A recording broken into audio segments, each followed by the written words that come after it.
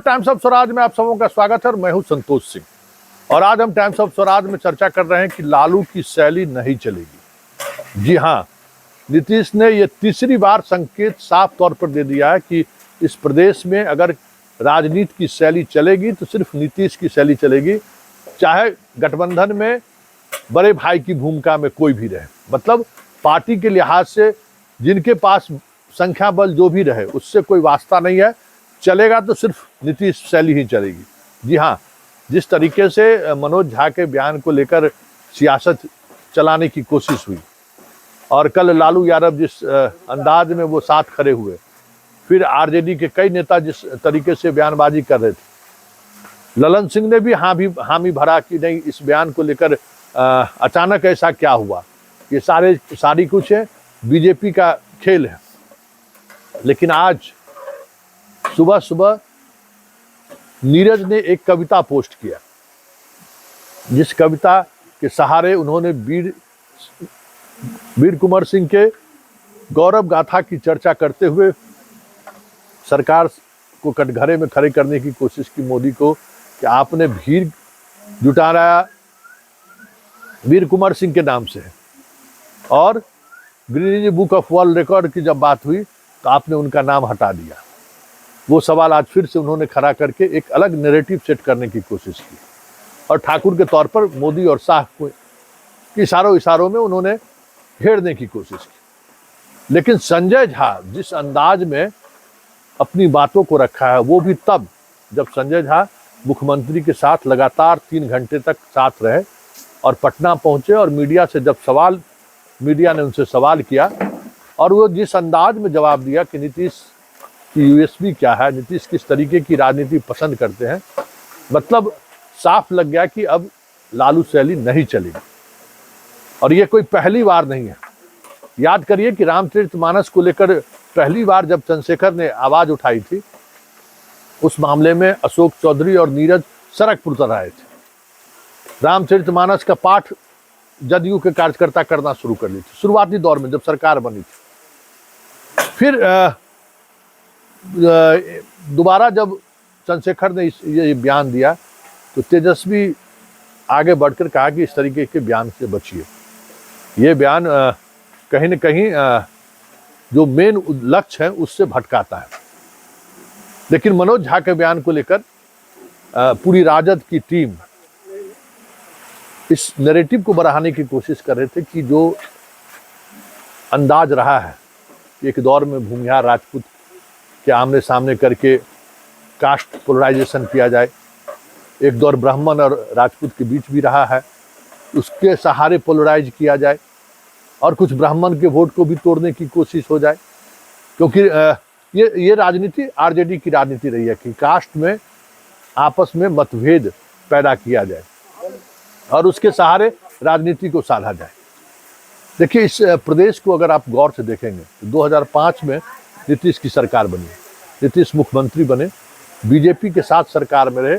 मतलब 2005 से लेकर 2023 तक की अगर बात करें तो अधिकांश 90% सत्ता में वो बीजेपी के साथ में रहे, लेकिन कभी भी बीजेपी का कॉमनल एजेंडा वो चलने नहीं दिए। पूरी मजबूती के साथ उनके उस एजेंडे को वो कुचलते रहे। जहां कहीं भी कॉमनल स्थिति उत्पन्न हुई वो बेहद कठोरता से पेश आए। हमें नहीं लगता है कि कोई दूसरा राज्य इस तरीके से कॉमनल इशू को इस अंदाज में कुचलता हो। कोई भी हो, उनको जेल जाना है। एक मौका नहीं, दर्जनों ऐसे मौके आए जब बिहार में हनुमान क्या कहते हैं ध्वजा के नाम पर, कभी दुर्गा पूजा में, कभी सरस्वती पूजा में कॉमनल स्थिति उत्पन्न करने की कोशिश हुई। कई मौके पर स्थिति बिगड़ी भी, छोटे मोटे दंगे भी हुए, लेकिन सभी मामले में नीतीश कुमार ने कठोरता से कार्रवाई किया। बीजेपी के नेता बोलते रह गए, उनकी एक नहीं चली। इस बार याद होगा कि जब सरकारें बनी नीतीश कुमार के, बहुमत के लिहाज से बीजेपी से बड़े भाई की भूमिका में थी, नीतीश उतना बहुमत में छोटे भाई की भूमिका में थी। लेकिन मुख्यमंत्री नीतीश कुमार थे। भले ही बचौल जैसे लोग लगातार हमला कर रहे थे नीतीश के उस कॉमनल इश्यूज को लेकर विजय सिन्हा कर रहे थे। सम्राट चौधरी भी उस दौर में तो मंत्रिमंडल में थे, लेकिन अंदाज उनका वही था। प्रदेश अध्यक्ष संजय जायसवाल भी कर रहे थे, लेकिन वो टस से मस नहीं हो रहे थे। संजय जायसवाल उन्हीं के उनके अध्यक्ष रहते हुए उन पर एफआईआर दर्ज करने की बात हुई थी, और छपरा के जो विधायक हैं उन पर कार्रवाई उनके सरकार में साथ रहते हुए उनको हिदायत दी गई थी। बाद के दिनों में सासाराम और नालंदा में भी जो घटना घटी, उसमें तमाम बीजेपी के जो कार्यकर्ता हैं उन्होंने पूरी मजबूती के साथ उनको जेल भेजा। हालांकि इस बार वो राजद के साथ, लेकिन उसमें उन्होंने कॉमनल इश्यूज पर जो बीजेपी का मुख्य एजेंडा था, उस एजेंडे पर कभी उन्होंने बिहार में एक नहीं चलने दी। बीजेपी की छोड़िए, नरेंद्र मोदी के साथ जो उन्होंने रिश्ता तोड़ा, उसकी भी वजह यही थी कि हम कॉमनल एजेंडे पर उनके साथ नहीं हैं, हम अपने एजेंडे पर सरकार चलाएंगे। तो बीजेपी के साथ रहते हुए भी उनके कॉमनल एजेंडे को वो कभी चलने नहीं दिया। और इस बार जब कोशिश हुई बेगूसराय में, कई जगह पर छोटी छोटी जगहों पर दंगा होना शुरू हुआ, जुलूस के दौरान घटनाएं घटनी शुरू हो गई, तो ये सारी बातें जैसे जैसे एक शक्ल लेनी शुरू की तो नीतीश ने साथ छोड़ दिया। पूरी तौर पर बीजेपी के साथ छोड़ने में एक महत्वपूर्ण कारण ये भी रहा कि जो बीजेपी का नैरेटिव है, उस नैरेटिव के साथ नीतीश कदापि खड़े नहीं होना चाहते थे। लालू का नैरेटिव है कास्ट, वो भी एक लेवल पर ले जाना चाहते हैं, वहाँ पर कास्ट के आधार पर बेमनस्तता फैले। तो जो आधार धर्म के आधार पर बेमनस्तता फैलाने की कोशिश बीजेपी की रही है, और उसको नीतीश ने कभी नहीं चलने दिया। ठीक उसी तरीके की राजनीति लालू जो कास्ट के नाम पर समाज में एक अलग तरीके का विद्वेष फैलाने की कोशिश करते हैं, उस विद्वेष के साथ भी कभी नीतीश समझौता नहीं किया। और नीतीश के पार्टी की तरफ से संजय झा के इस बयान के बाद ये तय हो गया कि संजय झा का बयान के साथ ही ललन सिंह को पार्टी के अंदर रहते हुए, राष्ट्रीय अध्यक्ष रहते हुए ही उनको अब साइज जताने की कोशिश शुरू हो गई है। ये भी आज संजय झा के बयान से साफ हो गया है। जरा सुनिए नीरज की वो कविता, कल ललन सिंह ने जो बयान दिया वो बयान, और आज जो संजय झा कह रहे हैं, जरा उसको सुनिए। देखो मोदी शाह के सत्ता का ठाकुरत्व, Guinness book of world record में बाबू वीर कुंवर सिंह का नाम दर्ज नहीं। जुबान खोले कौन, पगड़ी बांधे मौन, देश के लिए जो रक्त बहाए, मातृभूमि का जो देशभक्त कहलाए, गर्जन से शत्रु का तख्त हिलाए। देखिए, मैं इस पे ज़्यादा टिप्पणी नहीं करना चाहता, लेकिन दो बात जरूर बताना चाहता हूँ। जो हमारे नेता हैं नीतीश कुमार जी, वो हर एक जात धर्म का सम्मान करते हैं, कोई भी जात हो। उनका पूरा ट्रैक रिकॉर्ड राजनीति का देखिए, और जब से सरकार चला रहे हैं, हर एक जाति धर्म का वो सम्मान करते हैं। हमारी पार्टी इसी विचारधारा की पार्टी है, और ये मेरा मानना है कि जब भी कोई बात रखे तो कोई ऐसी बात न रखे जो किसी समाज को आहत हो जाए। ये ध्यान तो जरूर रखना चाहिए। हम कोई ऐसी बात नहीं रखें जिससे लगे कि उनका स्पष्टीकरण भी आ गया है, या उनका जो हमने देखा है स्पीच जो पहले वो उस पर बात रख रहे थे, वो बात भी आ गई है।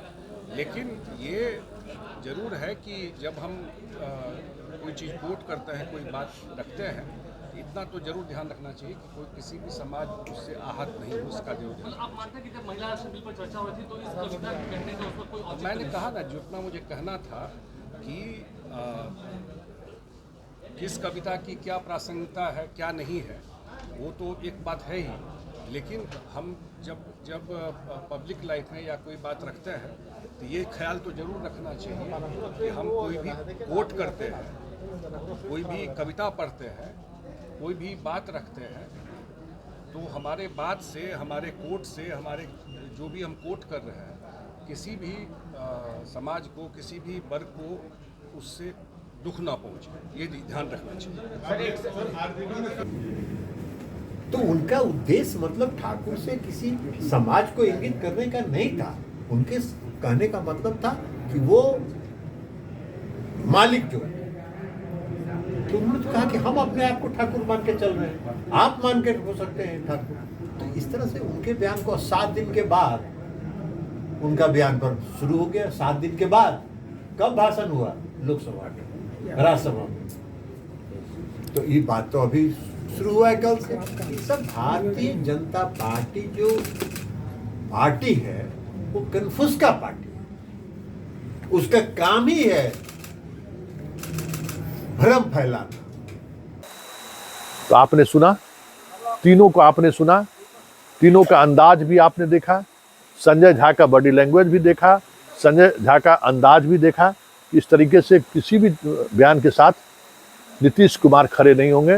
नीतीश कुमार का अपना एक अलग स्टैंड है, मतलब नीतीश के सहारे उन्होंने ये बातें कही हैं। ये समझने वाली बात है। वो जो कहना है उसका कि नीतीश कुमार मतलब जदयू के राष्ट्रीय अध्यक्ष नहीं, या जदयू नहीं, नीतीश कुमार मतलब जदयू, और जदयू का मतलब नीतीश कुमार है। ये समझिए, ललन सिंह के इस बयान का कोई मतलब नहीं है। वो संजय झा के इस बयान से साफ हो गया कि पार्टी अब किसी भी परिस्थिति में लालू के एक्सट्रीम कास्टिज्म पॉलिटिक्स को स्वीकार करने को तैयार नहीं है। और यही वजह हमें लगता है कि तेजस्वी से आज दिल्ली एयरपोर्ट पर, विदेश से लौटने के बाद दिल्ली एयरपोर्ट पर जब उनसे सवाल किया गया, तो जरा सुनिए तेजस्वी क्या कह रहे हैं। लीजिए, सबसे बात की जाएगी। पढ़ा गया था सर, उसको कैसे देखते हैं मनोज झा? उसे तो आपने सुना, तेजस्वी का अंदाज भी देखा, और कह दिया कि हम पटना में बात करते हैं, जबकि मनोज झा तेजस्वी के सबसे प्रिय हैं। मनोज झा को राज्यसभा भेजने वाले तेजस्वी हैं। मनोज झा पार्लियामेंट में आरजेडी का पक्ष मजबूती से रखे, इसके पैरोकार रहे हैं तेजस्वी। लालू यादव कई मौके पर मनोज झा को का कद छोटा करने की कोशिश की है, लेकिन तेजस्वी लगातार हमेशा उनके साथ वो खड़े रहे।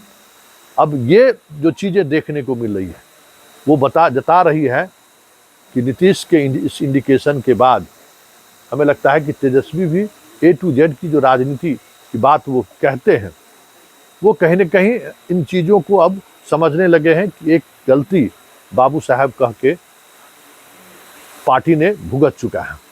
दूसरी गलती, पार्टी ने ये जो आर्थिक आधार पर जो रिजर्वेशन का जो विरोध हुआ है, उस विरोध की वजह से भी पार्टी को जो नुकसान हुआ है, उस नुकसान को भुगत चुका है। तीसरी बात, जातिगत जनगणना को लेकर जिस नैरेटिव को लालू चलाना चाह रहे हैं कि भाई देखिए हमारी आबादी 70% है और नौकरी में हमें मात्र हम 50% से भी हम रिजर्वेशन नहीं है, जितनी आबादी उतना रिजर्वेशन मिले, और सवर्णों की आबादी देखिए कितना कम है और वो कितना रिजर्वेशन का लाभ उठा रहा है। तो लालू का ये नैरेटिव है, और इस नैरेटिव को नीतीश उसी शैली से रोकना चाहते हैं जिस शैली से कॉमनल पॉलिटिक्स को वो रोकते रहे, क्योंकि कास्ट सेंसस के सहारे वो दूसरा नैरेटिव सेट करना चाहते हैं कि जो उपेक्षित वर्ग रहा है अति पिछड़ों में, हम उन तक कैसे सरकार की योजनाओं का लाभ पहुंचा सके, रिजर्वेशन के अंदर रिजर्वेशन देकर उनको कैसे लाभ पहुंचाया जा सके। अति पिछड़ों के रिजर्वेशन के बावजूद भी कौन कौन सी ऐसी अति पिछड़ी की जाति हैं, महादलित में की ऐसी जाति हैं जिनको आज भी लाभ नहीं मिला है। तो नीतीश का उद्देश्य वो है, उसके सहारे उन तक विकास की योजनाओं का लाभ पहुंचाकर एक मतलब रिजर्वेशन के अंदर रिजर्वेशन की बात करके एक नए वर्ग को तैयार किया जाए।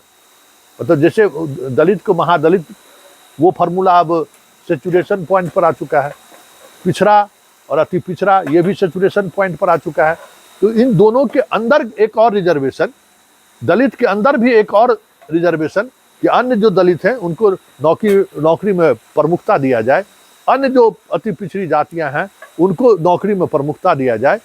ये नैरेटिव को आगे बढ़ाना चाहते हैं नीतीश, और ये नीतीश शैली है, और इस बात को लालू भी समझ रहे हैं और इस बात को तेजस्वी भी समझ रहे हैं कि ये हो क्या रहा है। तो मनोज झा का बयान, नीरज का बयान, ये साफ संकेत दे रहे हैं कि जिस तरीके से इस प्रदेश में कॉमनल पॉलिटिक्स को लेकर नीतीश कुमार का स्टैंड स्पष्ट रहा है, ठीक उसी तरीके से कास्टिज्म को लेकर जो पॉलिटिक्स चलाने की लालू की शैली रही है, उसको लेकर भी नीतीश आज अपना स्टैंड क्लियर कर दिया है कि इस तरीके के मसलों पर हम लालू के साथ नहीं हैं। अब देखना यह है कि इसका असर आने वाले समय पर क्या पड़ता है। लेकिन तेजस्वी ने जिस तरीके से इस बात को नज़रअंदाज करते हुए मीडिया से दूरी बनाई है, वो इस बात को इंडिकेट करता है कि नीतीश इस शैली को लेकर असहज है और नीतीश और तेजस्वी के बीच कहीं न कहीं इस बात को लेकर बातचीत हुई है, या नीतीश के संजय झा के बयान के बाद तेजस्वी ने ये समझ लिया है गया होगा कि भाई नीतीश का लाइन क्या है और उसी लाइन पर आगे बात चलनी चाहिए, क्योंकि रामचरितमानस का मसला हो, कई मौके पर तेजस्वी का बयान भी आया है कि नहीं, इस तरीके की बयानबाजी से हमें बचना है, हमारा लक्ष्य, हमारा जो भ्रष्टाचार है, रोजगार का है, उस बेरोजगारी है, इन सब मुद्दों को लेकर हम बीजेपी के सामने जाएंगे, हम ऐसा मुद्दा नहीं उठाएंगे जिससे बीजेपी को लाभ हो सके, वो कहते रहे हैं। तो अब देखना यह है कि इस क्राइसिस से आरजेडी जिस तरीके से तेजस्वी ने जो स्टैंड लिया है, वो क्राइसिस क्या रंग लाता है, क्योंकि आनंद मोहन ने भी ये बात आज मीडिया से कही है कि अब जो कहना था मैंने अपनी बात को कह दिया है और हमें अपने लोगों को जो कहना था वो भी हमने कह दिया है, पार्टी फोरम पर भी हम कह दिया, लालू जी सहमत हो या असहमत हो उससे मेरा कोई वास्ता नहीं है, हमें जो स्टैंड लेना था वो स्टैंड हमने ले लिया है। हालांकि जो राजनीति के जानकार हैं वो मानते हैं कि 7 दिन बाद ही सही आनंद मोहन ने इस इशूज को उठाकर अपने ठाकुर समाज में फिर से एक कास्ट का कार्ड उन्होंने खेला है कि हम आपके लिए सिर्फ और सिर्फ हम ही खड़े हैं, क्योंकि बीजेपी ने तो इस पर आवाज़ नहीं उठाई। तो हमारे पार्टी के अंदर भी अगर ठाकुर को टारगेट किया जाएगा तो हम उसके खिलाफ आवाज़ उठाएंगे। उस समय मेरा पार्टी लाइन से कोई वास्ता नहीं है, हम सीधे सीधे इस इशूज को उठाएंगे। ये संकेत देने में आनंद मोहन कामयाब हुए हैं और जो एक आरजेडी और जदयू के आने की वजह से जो वो अपने समाज में या अपने जाति के बीच जो लगातार उपेक्षा का भाव उन्हें महसूस हो रहा था या लगातार उनको आक्रोश झेलना पड़ रहा था, वाद विवाद हो रहा था, हमें लगता है कि इस स्टैंड के बाद वो अब अपनी जाति के बीच आराम से बैठकर उस वैचारिक लड़ाई को भी आगे बढ़ाने की स्थिति में आ गए हैं, जिस लड़ाई को भगवान राम के सहारे, हिंदू मुसलमान के सहारे, भारत पाकिस्तान के सहारे बीजेपी ने कुंद कर दिया है।